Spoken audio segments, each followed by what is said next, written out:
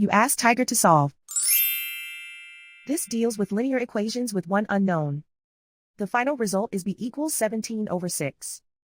Let's solve it step by step. Simplify the expression. Simplify the arithmetic. Group all constants on the right side of the equation. Subtract 34 from both sides. Simplify the arithmetic.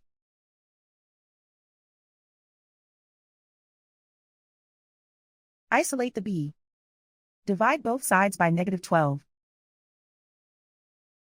Cancel out the negatives. Simplify the fraction. Cancel out the negatives. Find the greatest common factor of the numerator and denominator. Factor out and cancel the greatest common factor. And so the final result is b equals 17/6.